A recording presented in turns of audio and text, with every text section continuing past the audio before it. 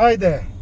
We are stuck in a major traffic jam near Lajpat Nagar metro station in Delhi, and we're driving the brand new Ford Figo Automatic. This is the top spec titanium version, and I'll just begin with the fact that Ford still does not put ISOFIX harnesses on the car. I'm saying that because my son is actually with me in his car seat at the back, and I don't understand why Ford doesn't put ISOFIX harnesses. Thankfully, the seat we use does have a belt option as well. I've not got the ISOFIX base, obviously. And it is a big miss. I know this car comes with 6 airbags. Thank you, Ford. But not providing ISOFIX harnesses is kind of a miss. Anyway, Ford India is going out selling the Figo Automatic as the only quote-unquote true automatic out there. They call it the only true automatic because the main competition to this car, the Swift and the Hyundai i10 Neos, both have automated manual transmissions. That also does make them almost 50,000 rupees cheaper. This car, this particular car has an ex-showroom price of over 7.5 lakhs. Those at their sort of mid-spec models come at about 7 odd lakhs. It has a very small screen. It does not have Apple CarPlay or Android Auto. I do like the way Ford has laid out the car, but it has a couple of other misses. It does not have a rear AC vent and a few other features. But most importantly, let's get down to the gearbox. Now, we can debate ad nauseum about what is a true automatic and what is not a true automatic. Is an AMT a true automatic? Well, it does remove the clutch, but it is essentially a manual transmission where you actually have a servo motor pressing the clutch for you and changing the gears. Think of it as a robotic foot and arm doing the dirty work for you over there. Should you care? Well, honestly, AMT cars have never been performance cars. The way an AMT changes gears is very lazy and languid. Whereas on this car, you can make out immediately that it's a far superior gearbox. And honestly, Fords have always handled very, very well. This is a very sharp car. It handles superbly. It rides superbly. And my wife actually owns an EcoSport with the 1.5 Dragon engine with a similar 6-speed gearbox. And that's also great to drive. Make no mistakes. It's actually Ford's automatic gearboxes are very, very good. And Fords have always, historically, the Ford Fusion, a car that I, for the life of me, don't know why it didn't do well in India, was a car, I think, that handled like it was a train. It handled on rails. And this car also handles superbly well.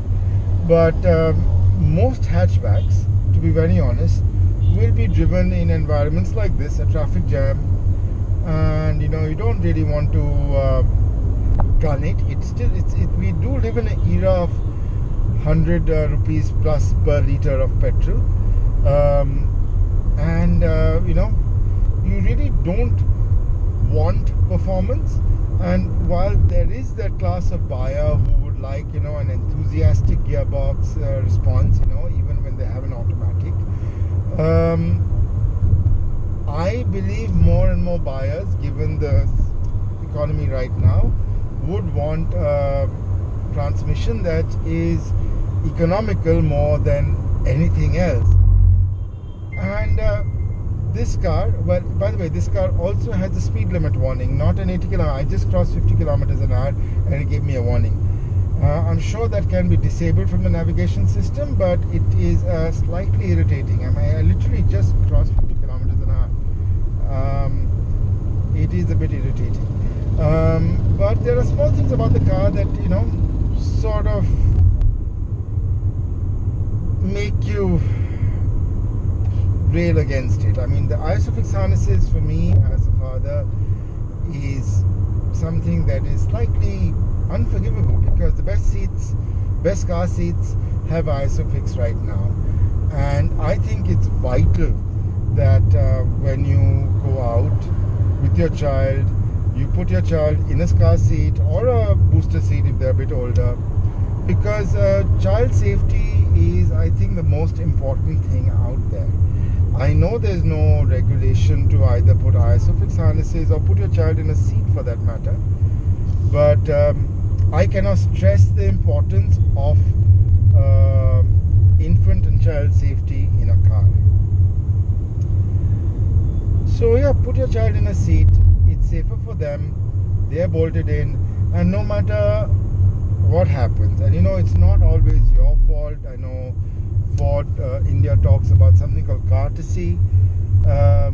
It's not always your fault. It could be another idiot, but you know what? At least putting a child in a child seat gives them a far better chance than even you in a car. Most importantly, I would say that Ford India has of late been under a cloud. There are persistent rumors that Ford India will not stay on in India, particularly after General Motors also withdrew from the Indian market a couple of years ago. I do believe Ford India will stay on in the Indian market. It's still a very popular brand, but they do need to really update their cars. I mean, take this for example. It's a really nice car, but the Figo looks and feels a bit dated, both inside and outside, particularly compared to the competition. I mean, the Hyundai i10 it's on its third iteration, and it's a nicer car both inside and outside. The Swift is on its third iteration, and we all know how well that car does. Yes, this is a far superior gearbox to the AMT available on both of those cars right now, but it's a bit too little too late to do much on this car. You will have a good time if you buy this car though, if you're a single guy without a kid, or just a young family man. Yeah, this is a great car to buy if you want a hatchback. But I think the small hatchback market is also going to be overtaken by the rise and rise and rise of the SUV body style. So we're going to see a lot of small subcompact SUVs out there. So I don't know. Let's see how this car does. I wish Ford all the best, and I really wish Ford survives. But I don't think this car will be doing anything really positive for their survival. Thanks for watching.